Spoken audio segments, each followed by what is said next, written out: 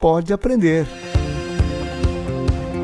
O Pode Aprender é o seu espaço para debater temas importantes para a educação básica brasileira. Uma realização da editora Aprende Brasil.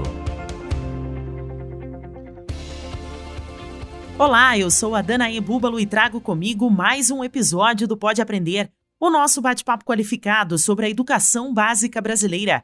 Uma boa oportunidade para a troca de ideias e muito aprendizado. Seja na sua casa, no carro, no alto-falante ou no seu fone de ouvido. Vamos juntos?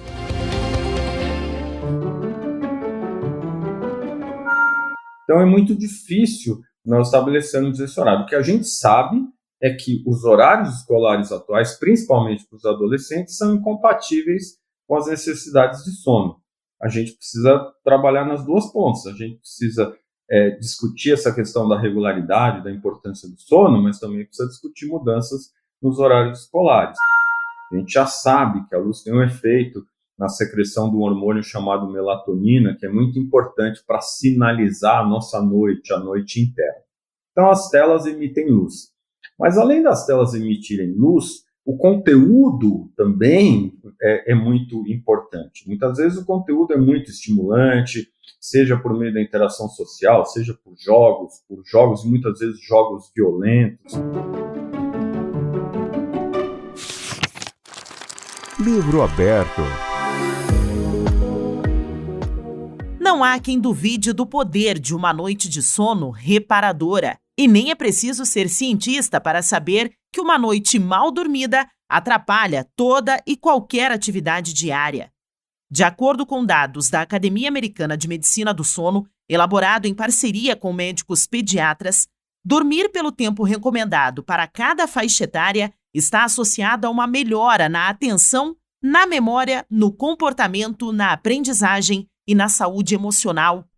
Um artigo elaborado por cientistas da Universidade Estadual Paulista em 2017, financiado pelo CNPq, inclusive associa a falta de sono a transtornos. Os estudos indicam que cerca de 65% das pessoas com transtorno específico de aprendizagem apresentam distúrbios do sono. Por isso, no episódio de hoje, vamos falar sobre como aprender dormindo, ou seja, entender como garantir o descanso suficiente para favorecer o ensino. Pega a caneta.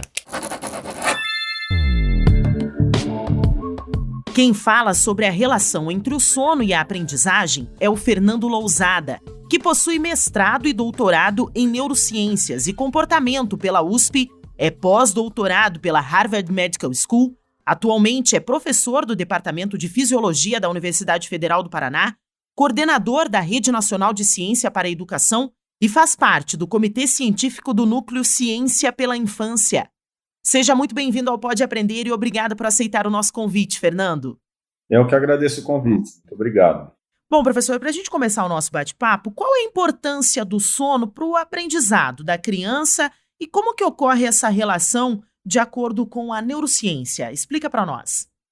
A gente tem, da nossa experiência mesmo, da importância do sono, a gente conhece quando a gente dorme mal, quando a gente dorme pouco, nós ficamos mais sonolentos, com mais dificuldade de se concentrar, isso tem reflexo no nosso desempenho, tanto no desempenho acadêmico como no desempenho no trabalho. Mas o que é um pouco mais novo e menos óbvio é a importância do sono depois que a gente aprende, depois da nossa experiência. A consolidação da memória depende de boas noites de sono. O cérebro, ao contrário do que se pensava, ele não desliga quando a gente dorme. O cérebro está ativo. E essa atividade cerebral está a serviço, dentre outras coisas, da consolidação da memória, das nossas experiências. Então, existe uma relação muito forte entre sono e aprendizagem. Perfeito. O professor falou que nós temos a consciência, nós sabemos quando nós dormimos mal, quando nós ficamos sonolentos, mas quando que eu sei que eu dormi bem naquela noite, professor? Então, às vezes não é fácil descobrir. Claro que se a gente acorda muitas vezes, se a gente passa horas virando na cama, a gente sabe que a gente dormiu mal. Mas muitas vezes a qualidade do sono é ruim e a gente não percebe isso. Existem despertares que são chamados de microdespertares. A gente acorda e não percebe que acordou, o sono fica superficial e isso tem consequências. O jeito mais fácil de perceber se eu estou dormindo bem ou mal, se eu estou atendendo às minhas necessidades, é olhar para a nossa vigília, quando a gente está acordado. Existem algumas manifestações da restrição de sono, da falta de sono. Talvez a mais óbvia seja a sonolência excessiva, mas a irritabilidade, isso em crianças é muito evidente. A irritabilidade, alterações de humor, a sensação de fadiga, são manifestações que podem indicar que a gente não está dormindo o necessário. Agora, a gente sempre fala, né, professor? Tem gente que fala assim, 8 horas para mim de sono é o suficiente. Aí tem aquela pessoa que fala, não, 6 horas de sono para mim já tá louco de bom. A gente tem, assim, a real dimensão de qual é a quantidade de horas que a gente precisa dormir para que aquela capacidade de reter o conhecimento não seja influenciada negativamente? Existe realmente essas horas que precisam ser dormidas ou não? Existem, mas variam de acordo com as pessoas, de acordo com a idade. É que a gente tem a mania de transformar o que é uma média em norma. A média, a duração média de um adulto são 8 horas. Isso não significa que todo mundo tem que dormir 8 horas. Algumas pessoas se satisfazem com 6 ou 7, outras são de mais, de 9 até 10 horas. Então, essa variabilidade é uma variabilidade que ocorre com qualquer outra característica. Parece absurdo pensar, mas veja se a partir de amanhã a gente decide que todas as pessoas têm que medir 1,65 m porque é a média de altura da população. Não faz nenhum sentido pensar isso, e a gente faz isso com sono e uma série de outras variáveis, né? Então, a gente tem que se pautar por um parâmetro. E a duração do sono é bem maior nos primeiros anos de vida, ela vai diminuindo, chega na idade adulta por volta de 8 horas, mas nós não podemos esquecer que existe uma variabilidade enorme, por isso que não dá para transformar isso em norma e prescrever a todos devem dormir 8 horas, porque isso não funciona. Perfeito. Agora vamos voltar um pouquinho para o nosso público mais jovem, para as nossas crianças que estão ali no ensino fundamental. Qual que é, na sua visão, professor, qual que seria o horário assim ideal para que essas crianças, e vamos também abranger um pouco dos adolescentes que estão iniciando essa jornada de estudos na escola, qual seria o horário ideal para a gente colocar as crianças na cama, para o adolescente parar ali, começar a descansar, desligar o corpo, como a gente fala, né? E por que a gente precisa ter esse horário? Por que a gente precisa ser regrado com esse horário? É importante nós termos uma regularidade dos nossos ritmos, mas ao mesmo tempo é muito difícil a gente estabelecer um horário que vale para todos, porque, como eu falei, existem diferenças individuais. A gente tem que usar como parâmetros. Por exemplo, o adolescente ele precisa dormir, em média, 9 horas diárias. Aí a gente faz uma continha rápida. Bom, se ele precisa dormir 9 horas e a escola o obriga a estar às 7h30 da manhã ali, ele vai acordar às 6, ele deveria ir dormir por volta das 21 horas. E a gente sabe que é impossível. Eu não conheço nenhum adolescente que vai dormir às 21 horas, e ainda mais nos tempos atuais, com uma série de dispositivos que ele usa, né, no quarto, não deveria, mas usa no quarto, na cama. Então é muito difícil nós estabelecermos esse horário. O que a gente sabe é que os horários escolares atuais, principalmente para os adolescentes, são incompatíveis com as necessidades de sono. A gente precisa trabalhar nas duas pontas. A gente precisa discutir essa questão da regularidade, da importância do sono, mas também precisa discutir mudanças nos horários escolares. Se nós falarmos das crianças da educação infantil, ou mesmo do ensino fundamental, crianças de 7, 8, 9 anos, elas vão dormir em média 10, 11 horas. Então, de novo, se a gente fizer a conta, não fecha. E não fecha porque também existem questões familiares, da dinâmica familiar. Então, essa é uma questão muito relevante e a gente tem que estar discutindo isso para que as pessoas passem a encarar o sono com a mesma importância que tratam a alimentação, a atividade física, a importância para a saúde de maneira geral e para a aprendizagem também. Bom, o professor tocou num ponto muito importante, né, que é essa rotina que a gente tem até mesmo no ambiente familiar. Existe alguma mudança, professor, que você enxergue assim, que a gente pode ter uma mudança nessa rotina para que possa favorecer o sono dos estudantes? O que as famílias poderiam mudar ali na sua rotina? Tem uma série de medidas e existe um termo que é usado, eu não gosto muito, mas que chama higiene de sono, que é o conjunto de medidas que podem favorecer o sono.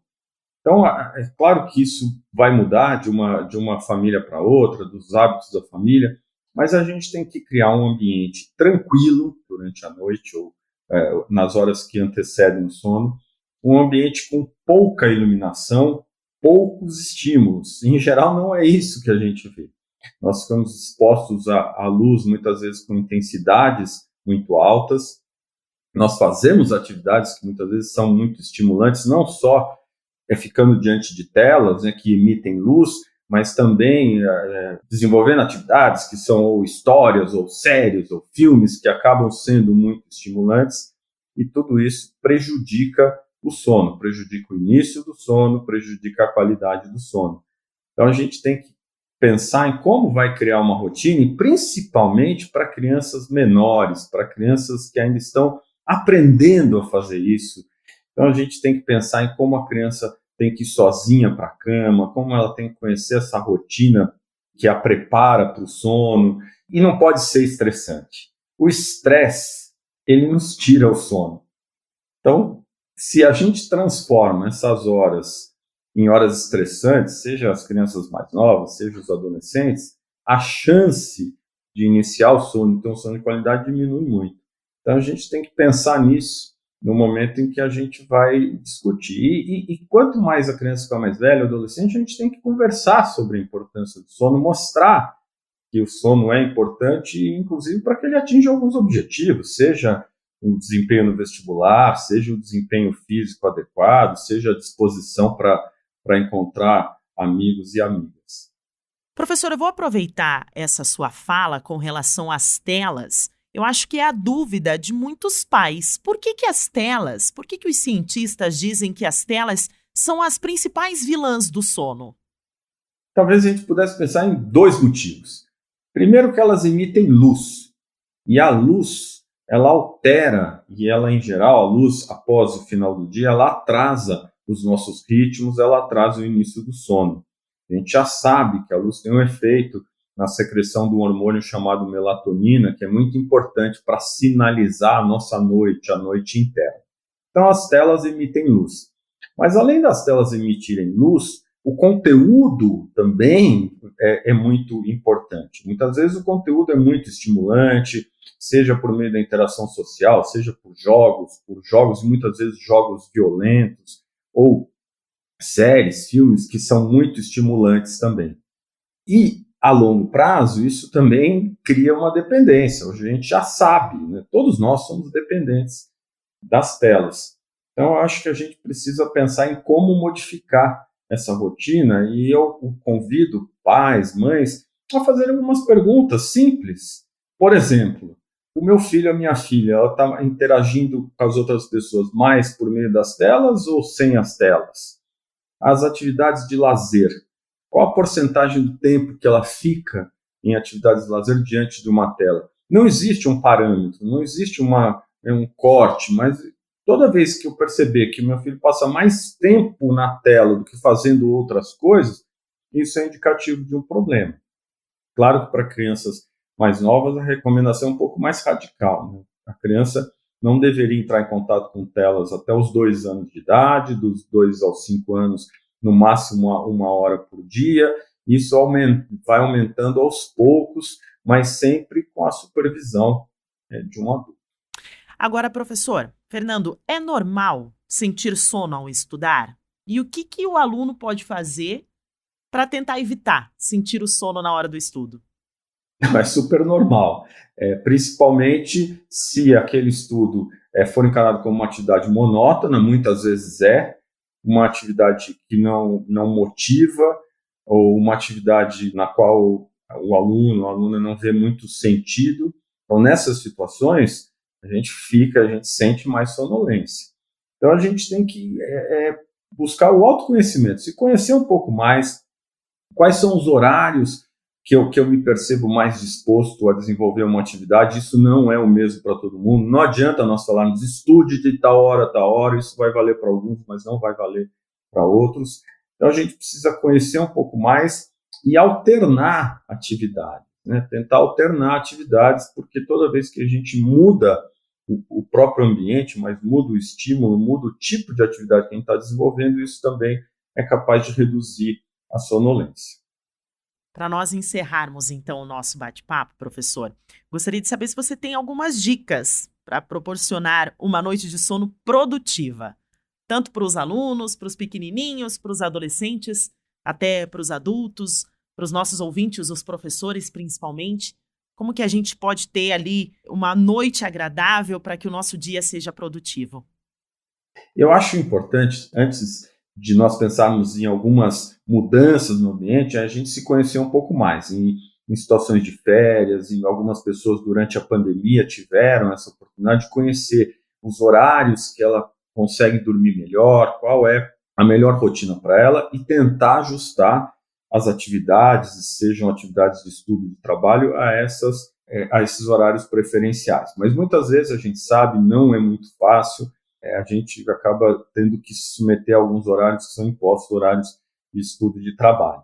Então, tem algumas medidas simples, a gente pensar em relação à luz, aumentar a estimulação à luz durante a manhã, seja nas nossas janelas, de aumentar a entrada de luz, se expondo mais ao ambiente, fazendo caminhadas de manhã, não usar óculos escuros de manhã, e no final do dia, o contrário, reduzir a exposição à luz, reduzir a intensidade luminosa em casa, reduzir o uso de telas. Muitas vezes a gente vê também que as pessoas consomem algumas substâncias, sejam bebidas, alguns alimentos, que contêm cafeína ou outros estimulantes, e para algumas pessoas isso tem um efeito de atrasar, de retardar o início do sono. Então, olhar um pouco mais para a alimentação, olhar para a composição do que a gente está consumindo e evitar cafeína e outros estimulantes a partir do final da tarde. Criar um ambiente tranquilo e agradável, um ambiente que possa favorecer o sono. Então, tem algumas medidas que podem ajudar e podem fazer com que a gente tenha uma qualidade de sono melhor. Múltipla escolha. Chegamos ao momento do nosso podcast, Fernando, em que eu sempre peço aos nossos convidados para eles deixarem dicas para quem quiser estender o tema do episódio de hoje, né, para que eles possam acessar essas dicas dadas pelos nossos convidados. Então, eu gostaria de saber quais filmes, ou até mesmo se você tem algum livro, algum site que os professores, os nossos ouvintes, possam buscar para pensar a importância do sono na aprendizagem. Quais são as suas dicas de hoje? Olha, eu vou dividir as dicas em duas. Uma delas é uma questão mais ligada à relação entre o sono e a aprendizagem. A gente tem procurado produzir materiais falando isso, materiais voltados para educadores. Então, no site da Rede Ciência para a Educação, Rede CPE, se colocar no Google CPE, nesse site existem alguns materiais relacionados a isso, tanto vídeos como mesmo um documento que a gente produziu falando da importância do sono. E quando a gente fala em sono, a gente acaba não conversando muito sobre sonhos, né? Os sonhos são importantíssimos para esse processamento, né, da informação durante a noite. Aí eu acho que vale a pena também, quem se interessar, ir atrás de alguma literatura. Tem um livro que foi lançado há acho que 2 ou 3 anos, do pesquisador Siddhartha Ribeiro, que chama O Oráculo da Noite. É um livro muito bacana e que faz um resgate histórico da importância dos sonhos, não só para a memória, mas para processar informações e trazer insights e trazer momentos criativos. E aí, se a pessoa gostar de sonhos, também vai para a literatura, né? Tem um livro de um escritor de Angola, o Agualusa, que chama A Sociedade dos Sonhadores Involuntários, que eu acho que ele se inspirou um pouco no trabalho do Siddhartha Ribeiro para escrever algumas passagens do livro. É um livro de ficção, mas também vale a pena a gente mergulhar um pouco nesse universo aí dos sonhos. Diversão para casa.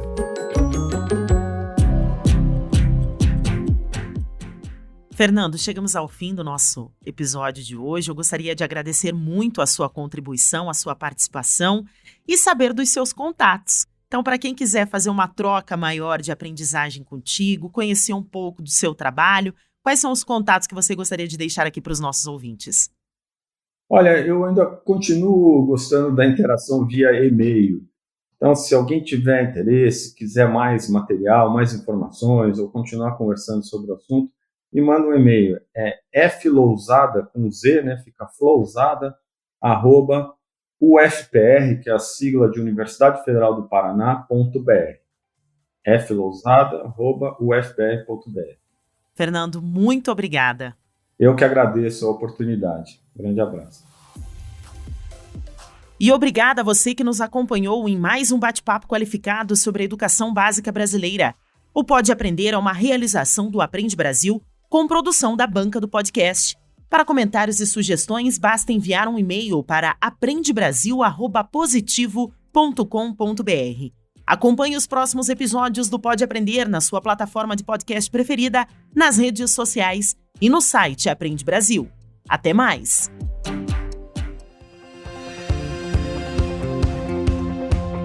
Com produção e edição de banca do podcast. O Pode Aprender é uma iniciativa da editora Aprende Brasil, um futuro melhor por meio da educação.